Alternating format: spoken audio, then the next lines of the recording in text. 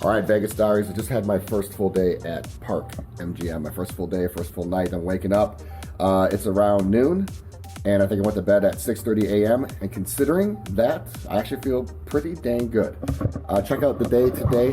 I had no clue that Park MGM was so close to Aria.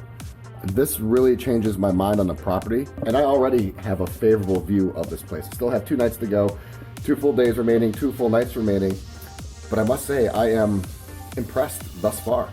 And sometimes Vegas facelifts are just kind of like lipstick on a pig, and that's what I thought this was going to be, but I must say I'm really liking Park MGM so far. So today is a little cloudy.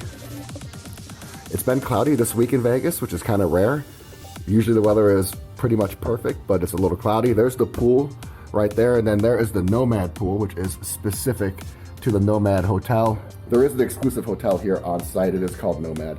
It occupies the top floor. It's the hotel within a hotel concept. You've seen this before. Four Seasons do it. Hotel Bowl Arts did it in Miami. Again, you see this from time to time, and Nomad is just the elite concept here at Park MGM. So if you want to step things up just a little bit more, check out Nomad. The rooms look really, really dark and cool and trendy, modern, awesome. It actually looks like something right up my alley. The only problem right now is that the hotel isn't operating at full capacity or even a full schedule. I don't even think they're open 7 days a week right now. So it is a place that I wanted to stay.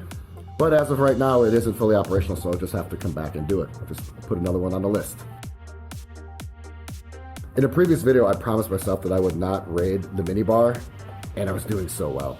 Okay, I'll be honest. I might have had one Coca-Cola or a Pepsi just randomly, but these were isolated incidents. I did not go full-blown minibar raiding this entire trip because it's such a costly endeavor. I think I talked about the minibar bill being more expensive than the actual hotel, which is crazy. And in fact, if you were to raid a minibar, I would say that would be 2 to 3 times more expensive than the hotel rates right now. But this right here, which I got into last night, and it was a great idea at the time. You know, it was about 5:30 in the morning, and this is a 200 milliliter just little Patron, and I looked it up this morning. The price list is right behind me on the television, and this is $65. Can't you buy like a 1.75 of Patron for $65? How is this 200 milliliter $65? And I had a rule. I said, if we open this, we're gonna drink it, right? And there was more than one person in the room, so it just seemed like an obvious and great idea, and yeah, that's less than half. So I woke up this morning and I swore I was off alcohol today, which is no big deal because really I just had one dinner planned for tonight at Bavette's, which is one of my favorite steakhouses of all time. If you ask me my favorite Chicago steakhouse, and I'm talking Chicago steakhouse, okay? It's like asking your favorite New York steakhouse or Kansas City steakhouse. Like, Chicago is the elite of elite steakhouses. And then if you ask me my favorite one in all of Chicago, I'm saying Bavette's.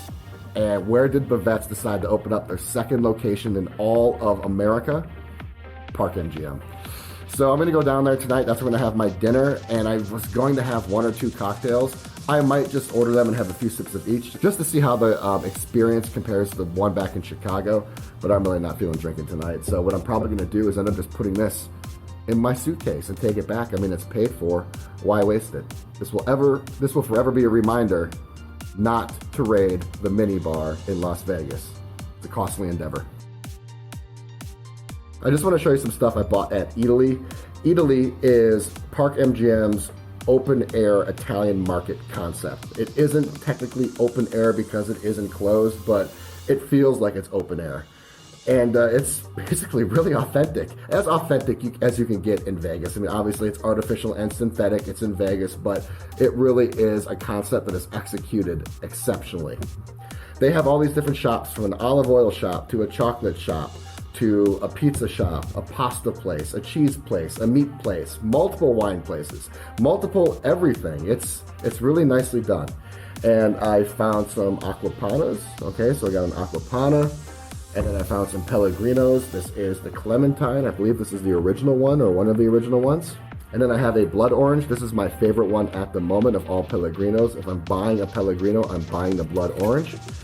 And then this is one that I've never had before, and this is one I'm most excited about. This is a sparkling orange and pomegranate. So I thought that was really interesting, and I will probably have these for breakfast tomorrow. I also found a Mole Cola. It tastes identical to Coca-Cola. Like, to me, it's the same thing.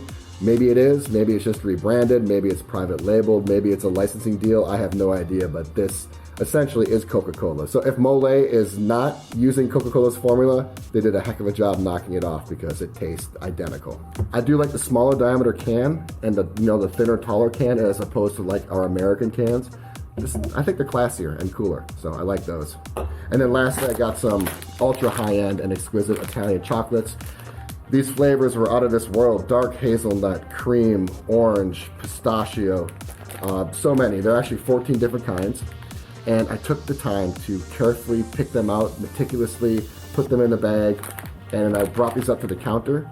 And I was very proud of myself. I said, here are 28 chocolates, just trying to save them some time, thinking that they were going to count them. And well, clearly I'm ignorant, because what did they do? They just plopped it on the scale and said, okay. So I thought that was kind of funny. These 28 chocolates cost $38, about $1 a piece for one of these. I guess in Vegas that's not so bad, but still not a cheap endeavor. Okay, so there are two reasons I think Park MGM is bipolar. One is a temporary reason, and the other one is a more permanent reason. The first reason, the temporary reason, is that Park MGM has no restaurants open right now during the week. None. And only 2 restaurants open on weekends. That's right, so if you book this room, this suite, for $125 during the week, which is what the current rate was right now, plus add on the $40 resort fee, so now you're at $165 plus tax. You come here on a Monday or Tuesday, there is not one restaurant open. Wow. And if you came here on a weekend, you only have 2 choices. You only have Nomad Bar and Grill, and you have Bavette's. And thankfully, I came here on a weekend. I booked on a weekend, so I was able to experience those 2 restaurants, which were amazing. Like, I think those 2 restaurants are some of the best in Vegas. But that's it. Like, if you were here for a third night, you would be struggling for something to do. Now, Eataly is open, but that's just kind of like convenience, fast Italian food. It's not anything that is high-end or quality or anything that would be emblematic of a high-end luxury or decent dinner. So I thought that was just really weird how you have all these amazing restaurants and none of them are open. So that is disconcerting. And the second reason, the permanent reason I think Park MGM is bipolar, is because it just is. You have Bavette's and you have Nomad and you have some beautiful decor downstairs with the opulent chandeliers and the crystals, and they really did put a lot of money and a lot of effort and a lot of diligence into this remodel. But they only put it in certain places. Like, look at this room. This room is not a $250 room. It just isn't. This room is twice as expensive as my suite at Delano, or Delano. I still don't know how to say that hotel. Delano is much better almost in every facet of this hotel.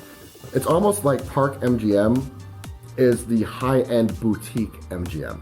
Right? I mean, that's what it is. They kept the MGM name because originally it was the Monte Carlo, and they could have rebranded and renamed this hotel anything. They could have come up with a different name, a completely different concept, but they chose to incorporate Park MGM. So this is being marketed as the boutique, upscale MGM property. The only thing higher end is the prices, and this property, although it is nicer than MGM, it's not doubly nice. It's not twice as nice, and that's the price you're going to pay. You're going to pay twice as much to stay here than MGM, and that's not worth it. So that's why I think it's bipolar. I just think that they had a budget when they remodeled, and I've talked about this before, where they put all the money into the experience portion of the hotel, into the lobby, into the pool, into the restaurants, into the grounds. But they didn't put it everywhere. The gym is really tiny, and there are still a lot of remnants of the old Monte Carlo that didn't get touched or barely got touched.